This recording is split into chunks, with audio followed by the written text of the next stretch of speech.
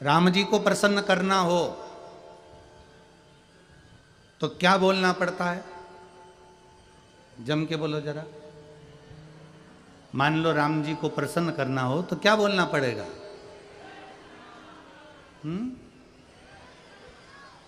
जय श्री राम बोलेंगे तो राम जी प्रसन्न हो जाएंगे? नहीं। हार हार महा, ये शंकर का नाम जब लिया जाता है तो मेरे राम जी प्रसन्न होते हैं। भगवान कृष्ण को प्रसन्न करना है तो हार हार महा, कृष्ण प्रसन्न हो जाते। जीजाबाई ने 3 वर्ष के छत्रपति वीर शिवाजी को सिखा दिया था, जिस शब्द से राम प्रसन्न होते हैं, जिस शब्द से कृष्ण प्रसन्न होते हैं, वो शब्द तेरी जिह्वा पर आना चाहिए। और वीर शिवाजी भी जब जाते थे तो एक ही शब्द का नाद करते थे, हार हार महादेव। एक शब्द का संबोधन, वो भी बाल्यावस्था में उनकी जिह्वा पर आ गया। हनुमान जी को प्रसन्न करना है तो जय हनुमान बोलोगे क्या? जय श्री राम बोलना पड़ेगा तो हनुमान प्रसन्न होंगे। राम जी को प्रसन्न करना है तो हर हर, कृष्ण को प्रसन्न करना है तो हर हर, गंगा जी को प्रसन्न करना है तो हर हर, इंद्र को प्रसन्न करना है तो हर हर, देवी को प्रसन्न करना है दुर्गा भवानी को तो हर हर। यहां जितना 33 कोटि देवी देवताओं को प्रसन्न करने का एक ही लक्ष्य है, वो है शिव का नाम, भगवान शंकर का नाम।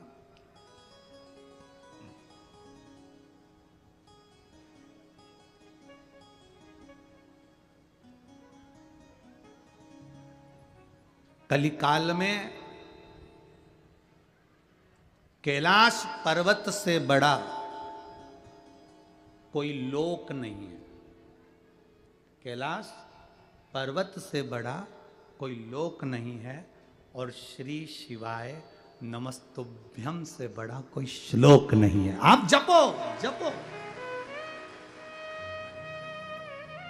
ओम नमः शिवाय बोलो, राम नाम बोलो, कृष्ण नाम बोलो, शिव नाम बोलो, शिव से बड़ा कोई श्लोक नहीं।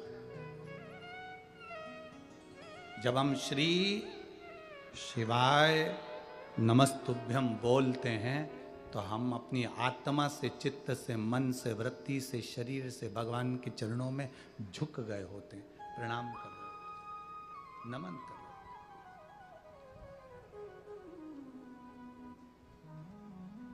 अपने घर में सुबह सुबह कम से कम 2-4 मिनट, 1-1.5 मिनट तो बोल लिया करो, या मोबाइल में भी लगा लिया करो, श्री शिवा नमस्तुभ्यम, श्री शिवाय नमस्तुभ्यम, श्री शिवाय नमस्तुभ्यम, श्री शिवाय नमस्तुभ्यम।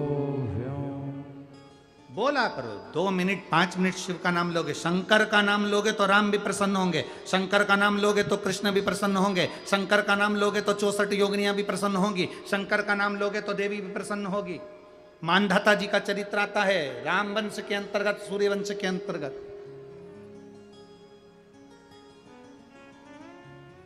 एक चरित्र आया है राजा मानधाता का। शिव कथा कहती है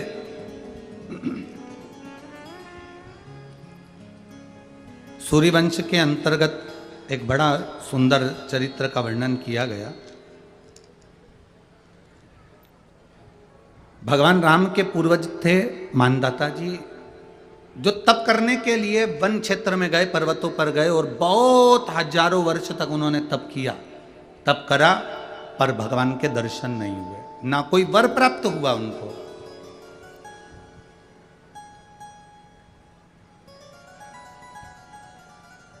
अब मानधाता जी बड़े दुखी हो गए कि मैंने इतना तप करा, मैंने इतनी साधना करी और मुझे उसका फल ही नहीं मिल रहा। मेहनत करो और फल ना मिले तो दिल तो दुखता है। परिश्रम करो और फल ना मिले तो मन तो दुखता है। इतनी दूर दूर से लोग चलकर यहाँ तक पहुँचे, लाखों की संख्या में आप लोग आए हो। जहाँ जगह मिल जाए, धूप में, छाँव में, पेड़ के नीचे, घरों में, रोडों पर, जहाँ जगह मिल गई आप वहाँ बैठ गए, कथा सुन रहे।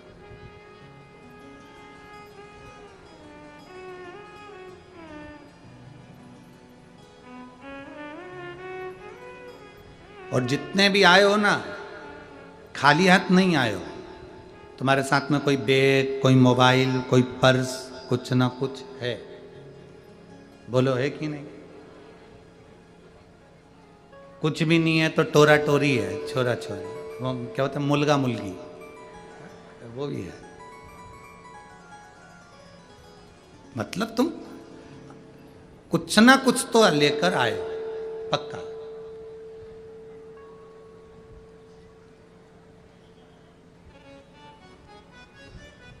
अब लोग कहते हैं कि मुट्ठी बांधे आया, जग में हाथ पसारे जाएगा। शिव महापुराण की कथा कहती है कि मुट्ठी बांधे आया पर हाथ में अपनी मेहनत लेकर आया, अपना कर्म लेकर आया, अपनी लगन लेकर आया, और हाथ पसारे नहीं जाएगा। शिव महापुराण की कथा कहती है जो उसने पुण्य करा, कथा सुनी, भजन किया, किसी भूखे को भोजन कराया, किसी प्यासे को पानी पिलाया, किसी की दवाई का खर्चा उठाया, किसी विद्यार्थी को अच्छा एजुकेशन दिलाया, उसने जो पुण्य कमाया है वो साथ में लेकर जाएगा, वो छूटेगा नहीं। वो छूटने वाला नहीं है। हमारा अच्छा कर्म हमारे साथ में जाएगा, वो कर्म हमारा छूटने वाला नहीं। कुछ लेकर आए हो, कुछ लेकर जाओगे। यहां पर तुम मोबाइल लेकर आए या अपना कोई सामान लेकर आए हो, वापिस लेकर जाओगे, पर केवल सामान नहीं जाएगा। तुम जहां बैठे हो वहां की रज, वहां की धूल, वहां का कण, वहां का कंकर तुम्हारे शरीर में चिपक कर, तुम्हारे बैग में लगकर, तुम्हारे सामान में लगकर वो तुम्हारे घर तक जाएगा। एक पुण्य हमारे साथ में जाता है। मानदाता जी ने तप करा, साधना करी, पर भगवान प्रसन्न नहीं हुए। हम इतना व्रत करें, साधना करें, तप करें और भगवान प्रसन्न ना हो तो बड़ा दुख होता है। लोग पशुपतिनाथ का व्रत करते हैं, भगवान प्रसन्न नहीं होते तो बड़े दुखी होते हैं। हमने तो 1 बार करा, हमने तो 2 बार करा, हमने तो 3 बार करा, हमने तो 4 बार करा। कोई कोई कहते हैं हम शंकर जी को इतने दिन से जल चढ़ा रहे हैं, हम शंकर भगवान का इतना भजन कर रहे हैं, शिव जी प्रसन्न नहीं होते। तुम तप करो, तुम भजन करो, तुम स्मरण करो, तुम्हारा कर्म है करना, करते जाओ, सुनेगा। एक मानदाता तप करे, फल नहीं मिला। जब मानदाता को फल नहीं मिला तो मानदाता ने सोचा मैं तप करूं तो करूं क्या। देव ऋषि नारद का आगमन हुआ। देव ऋषि नारद ने कहा अगर तुम्हें तप करना और उसका फल चाहिए तो तुम काशी चले जाओ। मानदाता काशी गए, काशी में बैठकर तप करने लगे। केवल काशी में बैठकर उन्होंने तप करा तो कैसा करा, केवल एक बालू का शिवलिंग बना लेते थे और बालू का शिवलिंग बनाकर उसकी आराधना करते थे, उसकी पूजन करते थे। पूजन करते, गंगा का जल लाकर बालू के शिवलिंग पर डालते, उनको समर्पित करते। बस वो बालू के शिवलिंग की आराधना करते करते करते करते करते करते थोड़ा सा समय निकला। उनको नहीं मालूम कि एक शिवरात्रि निकल गई, दूसरी शिवरात्रि आई है। हर महीने शिवरात्रि आती है, प्रत्येक महीने शिवरात्रि पहुंचती है, प्रत्येक महीने आती है।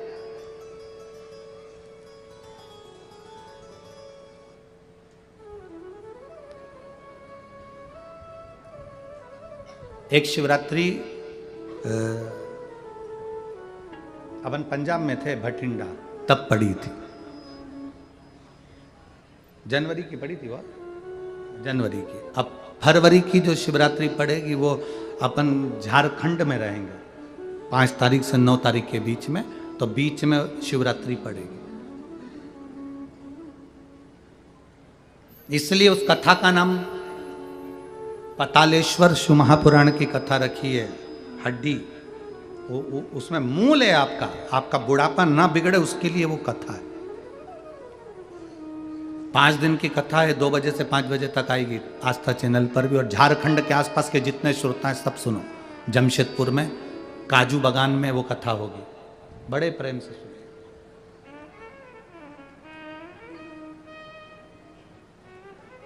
काजू बागान में तुम ये सोचकर मत आना कि काजू तोड़ के खा लेंगे।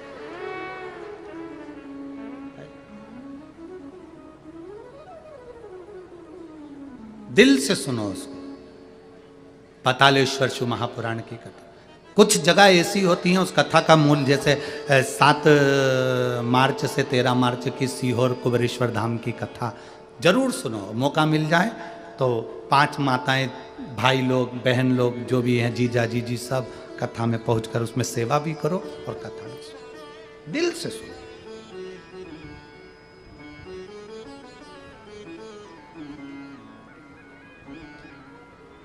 भगवान की भक्ति को धारण करिए।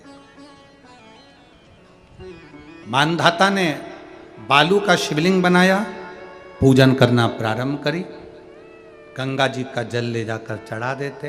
अब कोई तप नहीं, कोई साधना नहीं, कोई नेत्र बंद कर नहीं बैठे, कोई तप साधना में नहीं बैठे, कोई घोर तप करने के लिए नहीं बैठे, केवल शंकर का शिवलिंग बनाया, पूजन करी। साल में एक दिन सावन के महीने में जो शिवरात्रि आती है, हम भी टीवी के माध्यम से, सोशल मीडिया के माध्यम से आप सबके घर में पार्थिव शिवलिंग का निर्माण करवाते हैं। उसका कारण केवल इतना है कि हम पूरी जिंदगी तप नहीं कर पाते, पूरे साल व्रत नहीं कर पाते, साधना नहीं कर पाते, तो कम से कम सावन के महीने की शिवरात्रि पर जब अपने घर में मिट्टी का शिवलिंग बनाकर पूजन करते हैं तो हमें तप और साधना का पूरा फल प्राप्त हो जाता है। करने वाले, विरोध करने वाले करते रहते हैं, शाम को तो व्रत ये वाला उपवास करना ही नहीं था, पूजन कराना ही नहीं थी, इसमें ऐसी पूजन करा दी, उसमें वैसी पूजन करा दी, ये गलत बोल दिया, ये सही बोल दिया, ये ऐसा कर दिया, काली मिर्ची चढ़वा दी तो ये चढ़वा दी। बोलने वाले बोलते रहेंगे, तुम अपना काम करो, पार्थिव शिवलिंग का निर्माण करो, पूजन करो, आराधना करो, विसर्जन करो। आग लगे बस्ती में, जम के बोलो जरा अपन रहो, क्या किसको रोइए, चादर तान के सो, अपने को मतलब नहीं कुछ भी कि अपन को सोचो।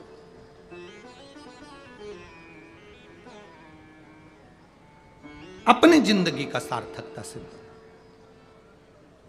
करा। मानधाता ने अब कोई तप नहीं करा, मानधाता ने अब कोई साधना नहीं करी, मानधाता ने अब कोई आराधना, बस एक काम करा, शिवलिंग का निर्माण, उसकी पूजन।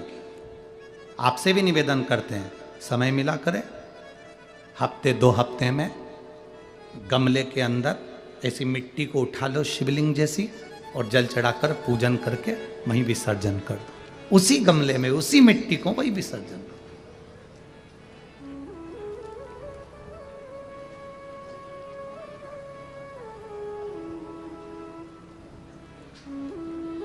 प्रयास करो, उसका फल मिलता है। शंकर भगवान प्रकट हो गए, कहा क्या चाहिए तुमको, मांगो। अब मानधाता ने मांगा कुछ नहीं। मानधाता ने कहा कि पहले तो मैंने जब तप करा, साधना करी, आराधना करी, तब तो मुझे आपका दर्शन नहीं हुआ, और अब आप मेरे सामने आ गए तो मैं मांगू, ये श्रेष्ठता कहाँ है?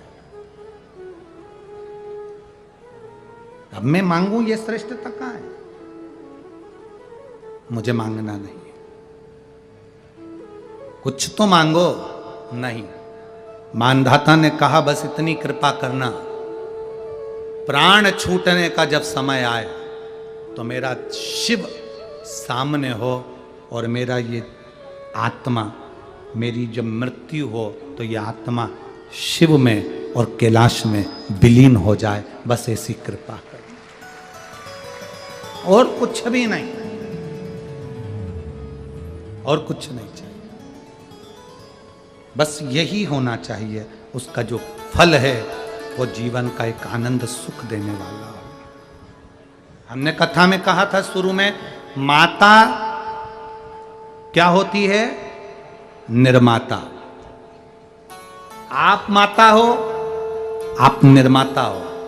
अपने बच्चे के हाथ में 1 लोटा जल लेकर मंदिर भेजने की जवाबदारी तुम्हारी है।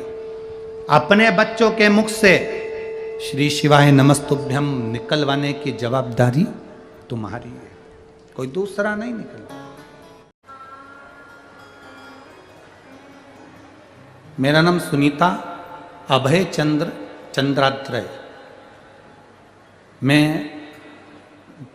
पांचोरा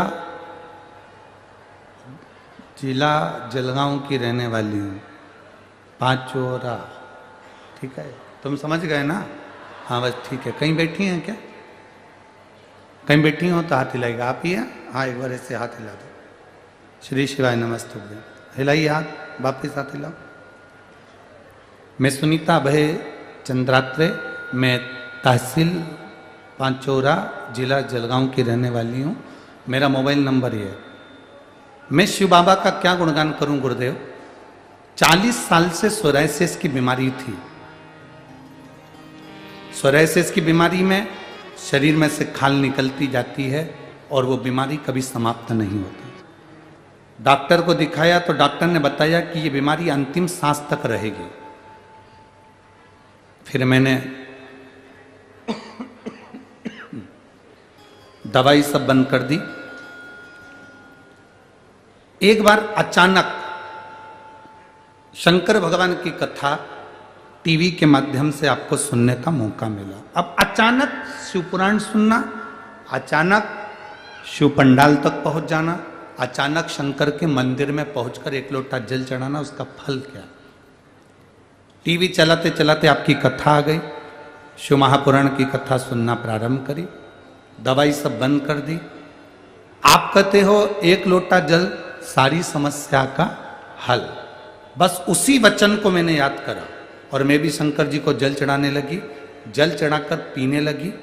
थोड़ा सा जल नंदी के पास बैठ जाती और अपने पूरे शरीर पर लगाती रहती, क्योंकि मेरी बीमारी बहुत ज़्यादा थी। पूरे शरीर में से सोरायसिस फुकड़ी ही फुकड़ी पूरे शरीर की खाल निकलती थी। किसी से बात करना, बोलना, मिलना भी अच्छा नहीं लगता था। लोग मेरे पास में आना पसंद नहीं करे, बैठना पसंद नहीं करे। गुरुदेव नंदी के पास बैठकर शंकर जी से आपका मंत्र का उच्चारण करती थी, श्री शिवाय नमस्तुभ्यं। दवाई के रूप में पानी को लगा लेती थी। दवाई पूरी छोड़ दी थी। 40 साल से मुझे ये बीमारी थी और मैं बाबा के चरणों में बैठकर आज मैं इस भूमि को नमन करती हूँ कि मेरे बाबा ने केवल जल के माध्यम से और एक बेलपत्री के माध्यम से मेरी पूरी सोरायसिस की बीमारी समाप्त कर दी और मैं बाबा को यहाँ प्रणाम करने के लिए। एक बार हाथ हिलाइएगा वापिस। आप ठीक हो बाबू? पूर्ण तरह से आराम? हाँ, एक बार वापिस हाथ हिला दीजिए। श्री शिवाय नमस्तुभ्यं। बैठिए। हर हर महादेव। शिव तत्व इसी को